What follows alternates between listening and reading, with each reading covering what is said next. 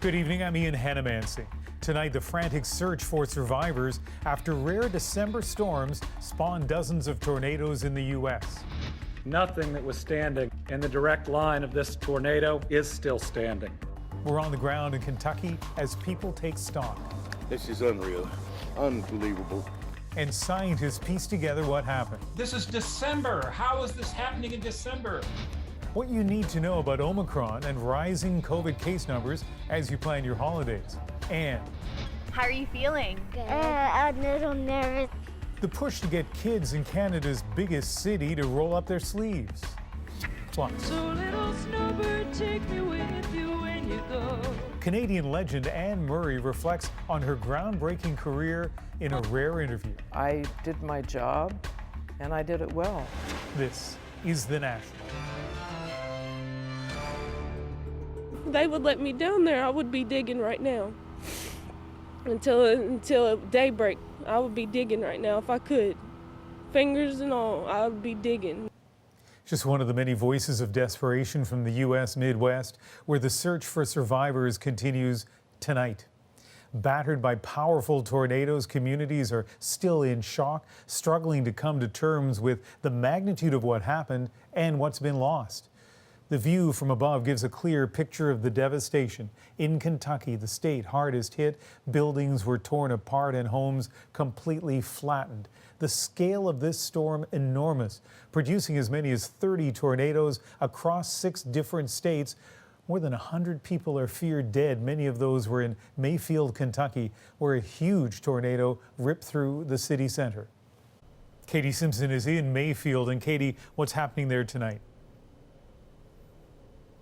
Urgent search and rescue operations are underway across Kentucky. Hope is fading that survivors will be found as people here try to understand the magnitude of this disaster. At first light, the scale of the disaster comes sharply into focus. Blocks of the town of Mayfield look just like this. It's eerily quiet first thing in the morning. Only a few storm survivors decided to hunker down as they wait for help. I've been sleeping here because I want to protect what little I got left. Shirley Poole and her boyfriend rushed their grandkids into the basement Friday night. She invited us in to show us how they tied their wrists to a metal drain to prevent them from being ripped out of the house. And the kids were screaming, and I wasn't quiet myself. I was trying to scare myself there. And then all of a sudden the basement started shaking and little stuff started coming down, and it just sounded like it's just the horriblest thing I ever heard in my life. All of this is overwhelming to process, even for the governor. The damage is devastating. Entire blocks, more than one block, with nothing standing. The cleanup is taking a back seat to search and rescue operations. The biggest effort underway right now is at the candle factory, where dozens of workers are still missing. 2 of Marty Janes's relatives made it out of the facility alive. He's grateful they are okay. He's in shock that his neighborhood has been wiped out. And then this wall hit me, and the roof came down. We got lost trying to get to my house because all the landmarks are gone. You lose your sense of direction. Marty spent his day looking through the rubble of his home, searching for his prescription heart medication and one of his dogs. Like a war zone. You'd think we just got hit with nuclear bombs or something. Katie, what are the conditions for the search and rescue operation tonight? Colder weather has moved into the area, Ian, so that's a problem. On top of that, there are widespread power outages and water problems, so conditions are less than ideal. On stories like this, there are often little poignant moments, and you had one of those. You know, we were near the candle factory today, and as soon as we got out of the car, you could smell scented candles. It's a reminder that this factory had such a huge presence in this community, and it's just another reminder of what was lost here in this weather system. All right. Katie Simpson in Mayfield, Kentucky. Thanks. Satellite images taken before and after the tornadoes show the overwhelming destruction. This was downtown Mayfield before the storm tore through, and this is what it looked like after. And here's that candle factory that Katie mentioned, where so many are known to have died, now completely flattened, cars from the parking lot piled atop the wreckage. And in Arkansas, this senior's home took a direct hit, the roof completely torn off. The governor of that state saying it was a miracle that only one person in the home died. Not only is the extent of the destruction stunning, but also the timing. Tornadoes of this magnitude in December are incredibly unusual. That has many people asking what role the changing climate likely played in the disaster. Cameron McIntosh looks into that.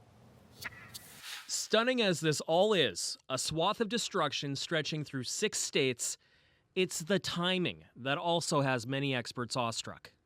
I was watching the radar last night and I was saying, wait a second, this is December. How is this happening in December? Yale meteorologist Jeff Masters says yes, tornadoes can and do happen in December, but it's rare, especially something this scale. This is the kind of thing you would only see at the height of the season, March, April, May. Parts of the Midwest and southern U.S. have been experiencing spring-like temperatures, due in part to a La Nina weather cycle. That brought the warm, moist air that creates the thunderstorms that drive tornadoes. Because now it's warmer longer and you can have these favorable conditions for tornadoes at different times of the year. As the sheer scope of the damage is being assessed, U.S. President Joe Biden is blaming climate change. The U.S. government expects to see more events like this. This is going to be our new normal, and the effects that we're seeing from climate change are the crisis of our generation. In Canada, about 60 tornadoes are reported and verified each year. So we know we're missing lots of tornadoes, even with our extra effort at finding them. David Sills heads the Northern Tornado Project at Western University, which is trying to better understand where tornadoes are most likely to strike. It's just because it's such a localized, rare phenomenon. The climate models just can't get down to that scale. So far, he says the evidence is inconclusive whether climate change is causing more tornadoes in Canada, but could be changing the areas where they can strike. There might be some areas that are going to go way up and some areas that are going to go way down. It might not be a cross Canada effect. The concern being over time, those changing conditions could leave more areas of the country vulnerable to extreme weather when it's least expected. Cameron McIntosh, CBC News, Winnipeg. Hundreds of thousands of people were left without power after windstorms swept through Ontario and Quebec this weekend. Gusts of up to 120 kilometers an hour knocked down trees and pulled down power lines. In Quebec, more than 200,000 customers were affected, and in Ontario, nearly 150,000 lost power.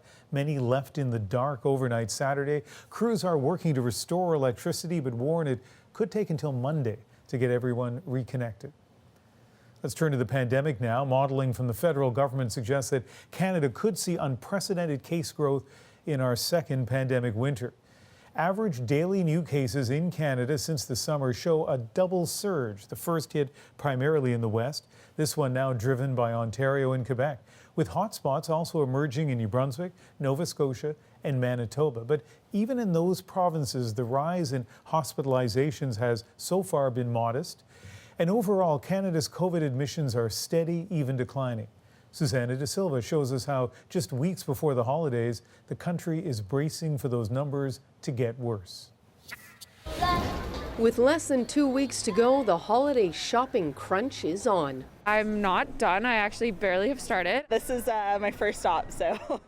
And while gift planning may be behind, most people we spoke to say they have thought about their COVID-safe party plans, though the latest variant has them thinking twice. I'm vaccinated and I'm hoping that'll help a little bit, but yeah, maybe a little bit more hesitant. With data still coming in, experts say there is some reason to be hesitant.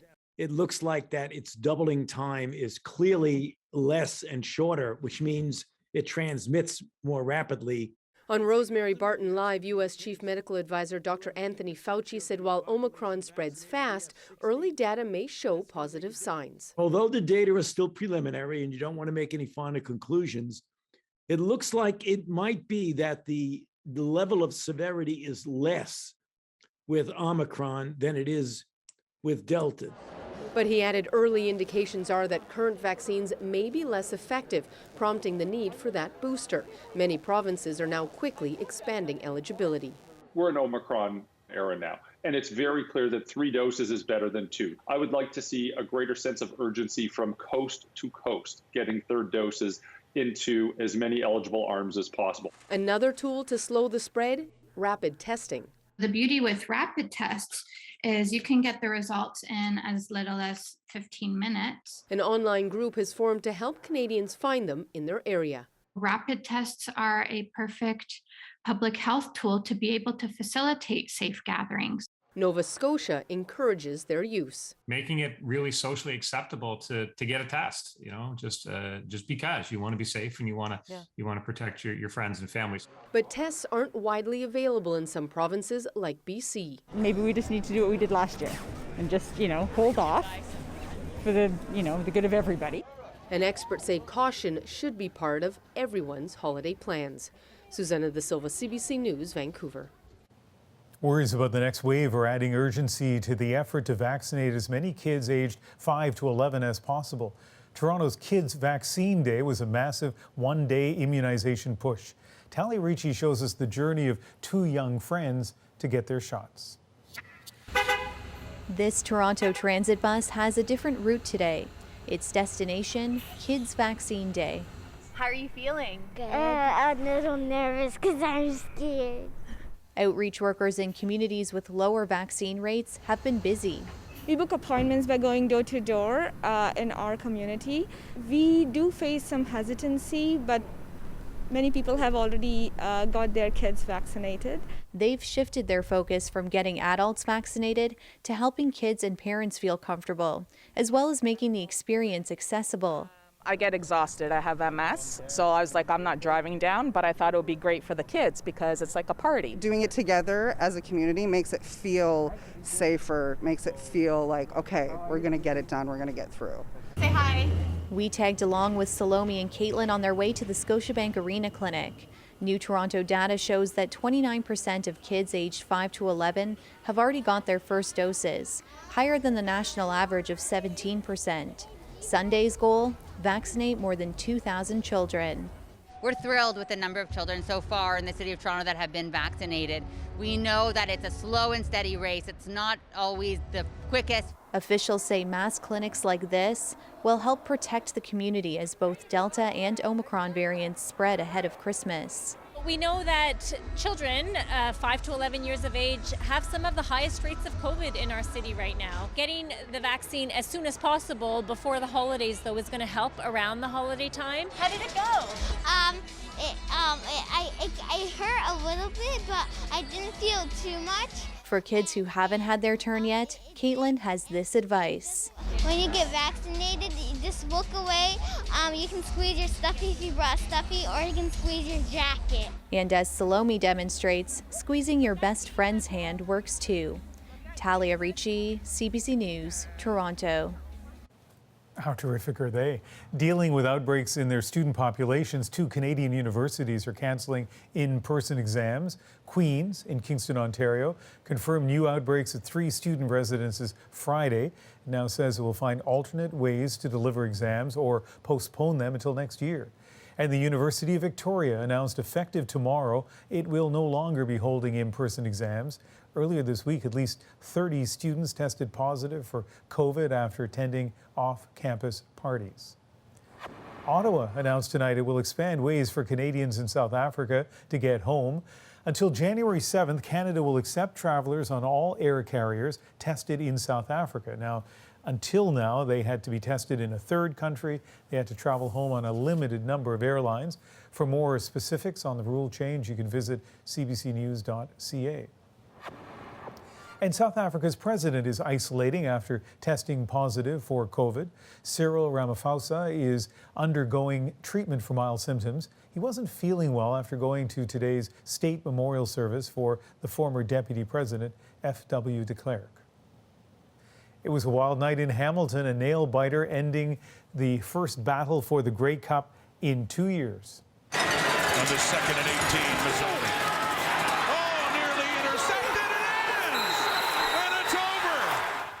Pretty exciting for the sold-out crowd of more than 26,000 as regulation play between the Winnipeg Blue Bombers and the Hamilton Tiger Cats ended in a tie. But The Blue Bombers pulled it out in overtime with a repeat win. Joy for them, disappointment, of course, for the hometown Tiger Cats.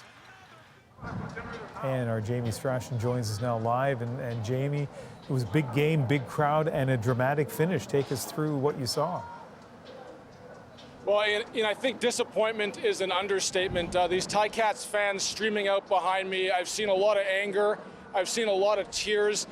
This was a Grey Cup that seemed there for the taking for the hometown Ticats. With about 7 minutes left, they were up 12 points, and people were already starting to celebrate.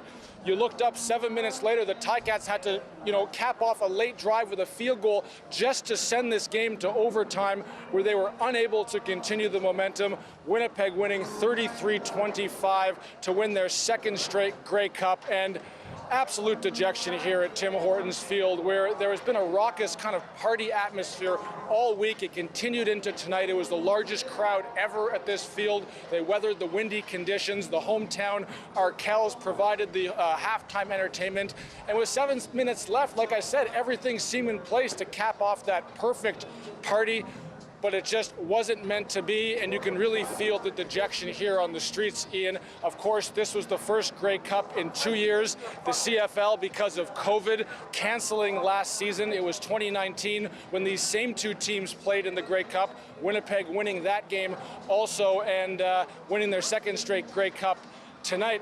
It was the first time Hamilton hosted a Grey Cup in which they enjoyed home field since 1972. The franchise was looking to win its first Grey Cup since 1999, but it just wasn't meant to be. A game that seemed there for the taking, kind of taking a defeat from the hands of victory, if you will, celebrating just a little too early, that 12-point lead evaporating, and in overtime, Winnipeg able to win 33-25, capping off this CFL season with their second straight Grey Cup, the 108th edition of one of Canada's most storied trophies. Not the ending people were looking for here in Hamilton, no doubt, Ian. The producers gave you 2 minutes, Jamie, a masterclass in filling that, and we'll talk to you again next hour. A stern warning today from G7 leaders to Russian President Vladimir Putin as Moscow amasses troops near the border of Ukraine. Rafi Boudjikanian now on the threat and the response. At this Sunday's Vatican City Mass, the Pope's wishes for peace are specific. Per la cara Ucraina. To Ukraine and everyone living there, he says, he wants serious international dialogue between the country and Russia. But in Ukraine, authorities have moved beyond prayers, showing media their underground bomb shelters, saying in case of military action and destruction of property, rescuers would focus on buildings where civilians would gather first. 7 years after Russia annexed Crimea, Moscow has started building up its military near the Ukrainian border. This weekend, G7 foreign affairs ministers, including Canada's Mélanie Joly, met and issued a stern warning. Any incursion by Russia into Ukraine would have massive consequences. We are prepared to take the kinds of steps we've refrained from taking in the past. On Saturday, U.S. President Joe Biden was asked if he would be ready to send troops into Ukraine. He said forces would deploy to nearby NATO countries and threatened Russian President Vladimir Putin. The economic consequences for his economy are going to be devastating. Devastating. Meanwhile, Ukrainians are caught in the middle, says this expert. I think what Canada and the rest of the G7 should be doing is to emphasize that even if NATO membership is not on the table for Ukraine now, we cannot allow a return to the Cold War where certain countries are put into blocks and their foreign policy is shaped by geopolitical considerations where they have no say. Canada currently has 120 military trainers in Ukraine and says it would continue to support any NATO operations. Rafi Boudjikanian, CBC News, Ottawa. Hundreds of migrants remain stuck at the border between Belarus and Poland with little sign of movement. We want to make life good for my children. Coming up, our team gets a rare look inside the detention center and the impossible situation facing migrants looking for a better life. Plus. You needed me. The National Interview. I speak with the legendary Anne Murray about life at the height of her career. I have people who are really surprised that Jerry Seinfeld opened for me for a few years. And how a bit of nail polish helped one woman find her stolen truck years later. Our truck is on the road. That's insane. We're back right after this.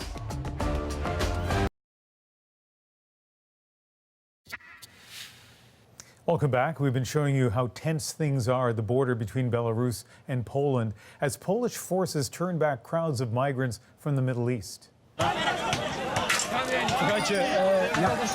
They are desperate to enter Europe and get to places like Germany, but about 1,000 of them remain stuck taking shelter in Belarus. A crisis, some say, orchestrated by the country's president to inflame tensions in the EU. Tonight, Briar Stewart shows us what a Russian camera crew uncovered for CBC News. Dismal living conditions and a grim determination to stick it out. This is what the end of a dream looks like for hundreds of migrants. Now living and sleeping under and on top of shelves in a warehouse in Belarus.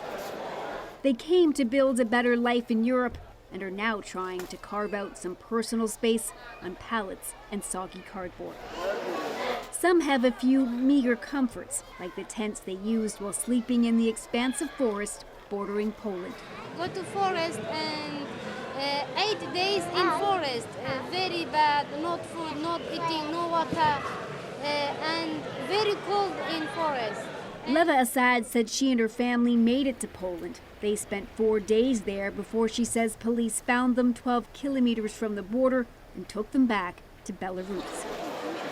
Like many others, they're from Kurdistan in Iraq and hope to make it to Germany. Life in Germany very good for children. In Iraq, not life good. We live very bad. We want to make life good for my children. Why? And there are many of them now stuck here, spending their days trying to find ways of amusing themselves. Maybe even find ways to temporarily escape. This warehouse is located in western Belarus, just a few hundred meters away from what is now a heavily fortified border with Poland. Tensions had been rising for weeks as camps along the border grew. Then last month, this. Polish guards firing water cannons after migrants threw rocks. A few days later, Belarus moved around 2,000 migrants into the warehouse. The country's authoritarian leader then visited. Alexander Lukashenko, who's accused of orchestrating the whole border crisis to hit back at his European neighbors over sanctions. Здесь большинство людей, которые хотят воссоединить свои семьи, найти своих родных и близких, которые находятся в Германии. Заберите, пожалуйста, этих людей к себе. 20 kilometers away in Grodno, the Belarusian city is getting ready for Christmas. There's plenty of sympathy for the migrants, not so much for the politicians on both sides of the border. Я, например, лично против того. По-моему, Польша могла бы пропустить, и чтобы они коридором прошли. Лукашенко не прав, так как он не должен был пускать так резко всех мигрантов на эту границу. Thousands of those who hope to enter the EU have given up and boarded planes back to Iraq and Syria or have been deported. No deport. No deport. Those who remain keep waiting. The women are left taking turns doing their family's laundry in the frigid cold air outside the center. There's a gentleman. Still hopeful someone hears their pleas. The men chop wood so they can keep the fire going and the water boiling. They wash outside, and everyone lines up for food. They're served porridge by members of the military and volunteers. With cold, crowded conditions, viruses are spreading. Medical staff carry an 8-month-old baby who spent the last week in the hospital with a bad cold. Yes, I'm very happy. He's better now and being reunited with his mom. Inside the warehouse, there's the constant sound of coughing. Doctors say they've seen dozens show up with fevers and colds. But there's no COVID testing here. The medical staff say they aren't set up for it and insist the migrants don't want it, in case they'd have to get treatment somewhere else. Они не хотят отсюда уезжать, даже несколько случаев было достаточно серьезно заболевших, они не хотят уезжать из лагеря. When cameras are around, children hold signs begging to be allowed to stay in the EU. This is my place. Dina Cannaby, her husband and 2 small daughters have been living under the shelf for nearly 3 weeks. I'm sleeping here. My child sleeping here. They too are from Iraq and don't want to be forced back. I don't want to come back to my country because of I told you every day war, every day I can't save my child, love our life. It's not clear how long the migrants can remain here. Poland estimates there are still thousands in Belarus, including some hiding in the forest, desperate to stay because despite the dire cold conditions, where they're stranded is still so close to the European Union. Briar Stewart, CBC News, Moscow. More than 5 decades ago, the legendary Anne Murray rocketed to the top of the charts with an iconic song. Spread your tiny wings and fly away, and take the snow back with you where it came from on that day. From Snowbird to touring with Seinfeld and changing the mind of music execs, the singer reflects on her storied career. I did my job, and I did it well. My conversation with the Canadian icon is next.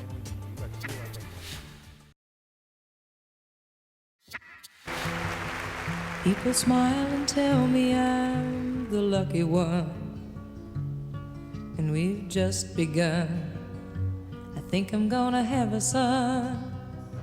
If you were listening to radio in the 70s and 80s, you likely remember how incredibly popular Anne Murray was, not just here in Canada, but her records were hits in many places around the world. This week, CBC will broadcast a documentary on her career, and she agreed to do one television interview ahead of that. I sat down with her in Halifax to talk about her path from Nova Scotia to the top of the Billboard charts, and, as you'll hear, her one regret. Let me start by saying it is a real thrill to finally meet you. I feel like I know you, and to sit down Likewise, with you. I'm sure. Well, it is terrific. And I mean, I've known your career for a long time as a maritimer, as somebody who worked in radio in the 70s and 80s, but I was still surprised at all the superlatives in your career, the tens of millions of records that you sold, the 4 Grammys, the multiple Junos, the Hollywood Walk of Fame. When you think back, particularly to the late 70s, early 80s, like the height of your superstardom, a lot of people describe you as a significant artist. How would you tell people watching now, what was the most significant thing about Anne Murray at that time? I think the most significant thing about me at that time was having a family. That was the most important, certainly the most important thing to me. But my career was taking off, and I had another child, and it just was a slog, tough go. That is one of the things that comes out very clearly in the documentary, is this, how conflicted you were as you tried to build your career and the pressures to deliver albums and tour. The snowbird sings a song he always sings. I figured that if I got all that exposure, that it could do nothing but help me. And what it really did was tear me down. Pressure was just too much for me at that point. I had worked close to 365 days straight. It was my job. When Snowbird became a hit, that was it. I had a job, I had to do it. I loved it so much, but I missed a lot because of that. There's some really touching moments in the documentary with you with your kids, like a classic mom moment in the pool or playing with your kids. It sounds to me like you feel like there weren't enough of those moments. Oh no, definitely not. I missed a lot being away. I was very naive to think that I could have a full-fledged career and have a family and do justice to both. Because in order to do the job that I was expected to do, I had to be away from home a lot of the time, and that's not how to raise a family. It was my job, and I had taken it on, so I persevered. We will come back to that topic, though, because it definitely is something that is important to you. But let's talk a little bit about the superstardom music part of your life. And there's this picture. Like, I love this picture, which I hadn't seen until recently. So there you are, a young woman from Spring Hill with John Lennon, Alice Cooper, Mickey Dolenz from the Monkees.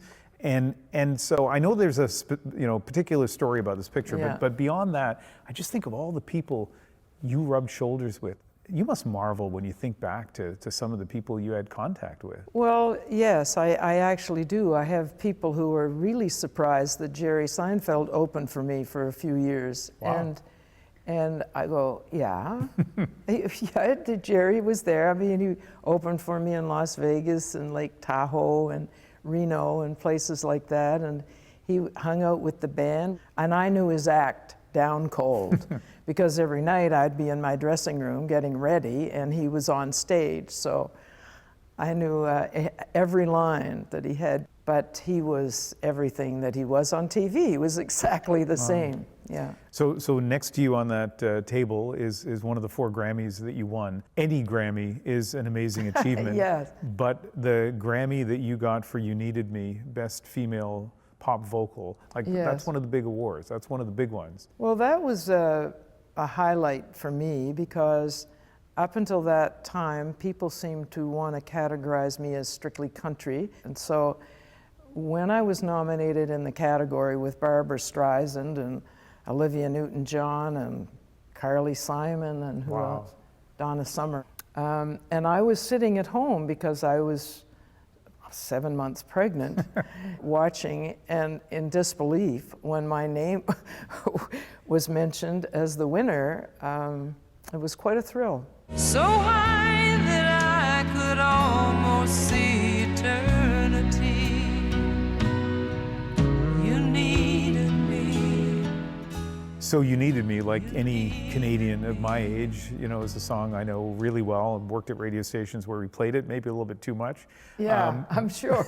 But here's something that I didn't know until the documentary, and I love this story, is that not only did you know in the studio that this was it, this song was going to be a hit, but also when they were going to put it on the B side of the 45, so for people who don't know what that is, that's a song that ends up getting forgotten. You went to LA, you went to the Capitol Records building, you went to the president of the label, and you said, this needs to be the first single.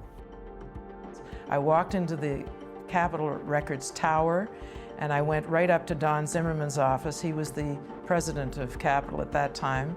I looked him in the eye and I said, I have this feeling. Will you please go with me? When I went in to talk to record people, they were all men. But after I became a mother, when I talked to them, I did it with more conviction. I was more determined than ever to have my own way. I just said, you've got to go with my instinct. And Don Zimmerman listened to me. He actually had to call to say, stop the presses.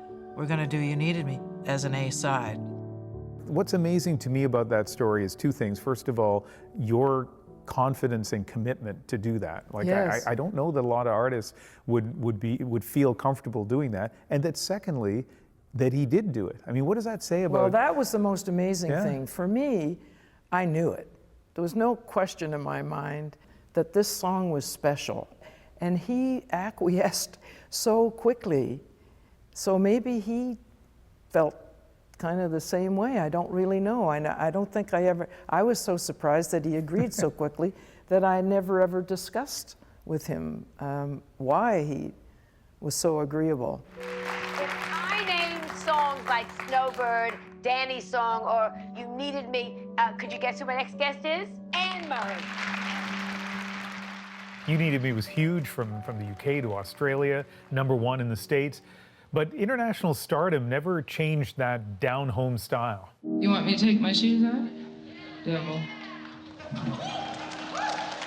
Are you taping this?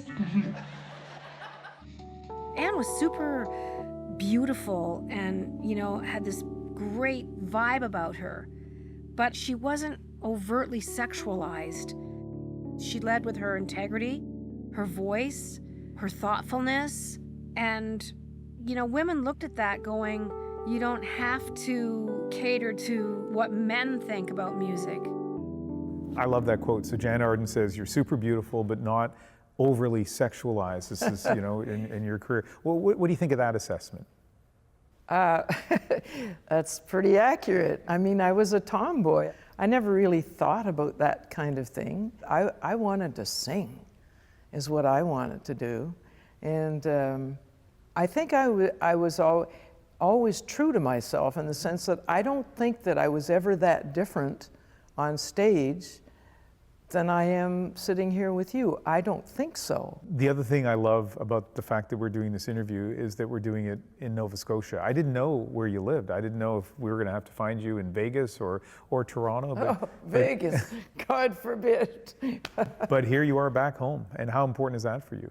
It's very important to be here. I dreamed about coming home. I mean, what Maritimer doesn't? But I made the decision, and I'm so happy to be here amongst so much family where there are 2 degrees of separation with it. Everybody knows everybody. Yeah. It's a wonderful feeling, and you know how friendly people are and how helpful and kind. So it feels really good to be here. Nice. And let me finish with this. For somebody who's watching this who maybe is younger or only moved to Canada recently and they hear me talking about all these amazing things in your career, but they don't really know who you are. What should they know about Anne Murray? All I can think of is that I did my job and I did it well. Short and sweet. Yeah. Oh, you did. You did do your job. You did it fantastically well. I mean, it wasn't hard. It wasn't easy to do the job that I did because of all the compromises, but I'm not looking for sympathy. Yeah. I'm just saying the way it was for me. Yeah. And it was tough. But you can't go back. Well, you made Spring Hill proud. You made Canada proud. And it's just a real privilege to finally, after all these years, get a chance to sit down and talk with you. So thank you very much. Thank you. Anne Murray doesn't do a lot of interviews. She said this may be her last on TV. Hope it wasn't anything I said. But you can see a lot more of her on that documentary, Anne Murray Full Circle, this Friday on CBC at 8 p.m., 8:30 in Newfoundland. It will also stream on CBC Gem. And the man behind a classic Canadian hit song from 50 years ago is being remembered tonight. Les Emmerson died at the age of 77 from complications from COVID. His wife said he was double vaccinated, but he did have other health issues. And the sign said, long-haired freaky people need not apply. Emmerson was with the 5-man electrical band when they recorded Signs, his rock anthem to nonconformity. The song hit #1 in Canada, and it was #3 in the United States. He also produced and wrote for other popular bands. Next on The National, a Quebec man has owned a small island for decades. That island, I said, nobody ever touched that island. And he's making sure of that by donating it. We'll explain right after this.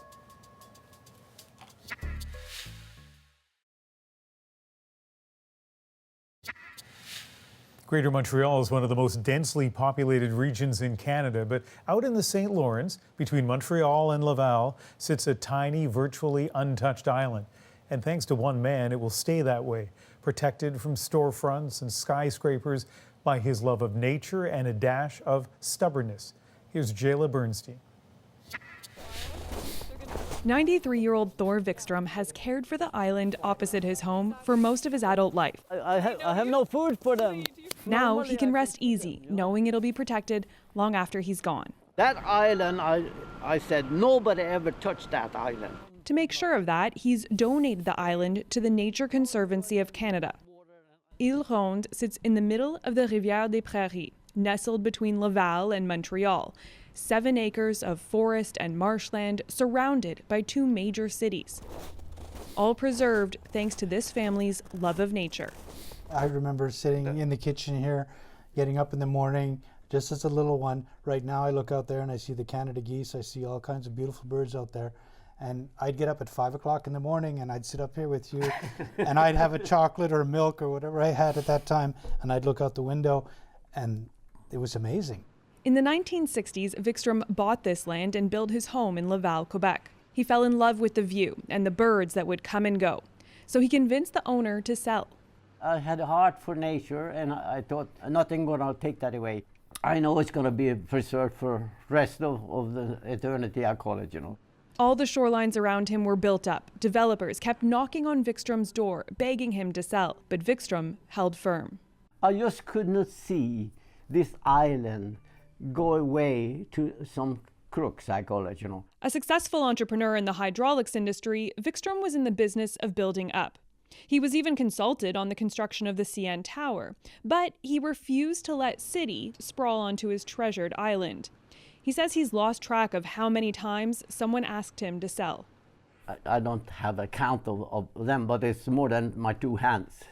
They couldn't believe an island between two cities could be there and nothing has happened there. So they knock at this door and I said, goodbye. It's not for you, that island. Instead of transforming the land into concrete and buildings, he made memories on it with his family. We kind of grew up on the island. It was our getaway place, you know, a place to relax and enjoy. As kids, you want to be private, you know, so. Oh yeah, we'd go there. That's where I learned to drink, yeah. For years, the Wikström family has enjoyed watching the changing of the seasons on the island. Now, future generations can do the same. I know, I trust my children. I'm sure they protect the island, you know, but what happened after my children's gone, you know? As Canada works towards its commitment to protect 30% of land and water by 2030, the Nature Conservancy of Canada is helping through gifts of land and purchases. It recently acquired grasslands in Saskatchewan and 18,000 acres of Ontario's Manitoulin Island. When you send a message like this, you send a message of hope. The Nature Conservancy of Canada is still evaluating whether the island will be open to the public. I think we can pack a lot of biodiversity in a single hand. And imagine an island of that size. Calling this island home, water birds, fish, a unique tree called the shagbark hickory, and the threatened map turtle. These turtles need natural shorelines to thrive, something in short supply around a city. Well, turtles don't climb like concrete wall really well, so having access to a natural shoreline will give them natural nesting sites. He says conservation efforts like this make a difference for the turtle's survival. Quack, quack, quack, quack, quack, quack. Thor Wikström says this is a dream come true. That's a female. While the ducks keep him company for now, he looks forward to the return of the migratory birds next spring, as he has every winter for the last 50 years. You just think about them now. Jayla Bernstein, CBC News, Laval. When we come back, how a spot of green nail polish helped a BC woman find her stolen truck. If I ever win a lottery, I'll know how it feels. The long-awaited reunion is our moment, and it's next.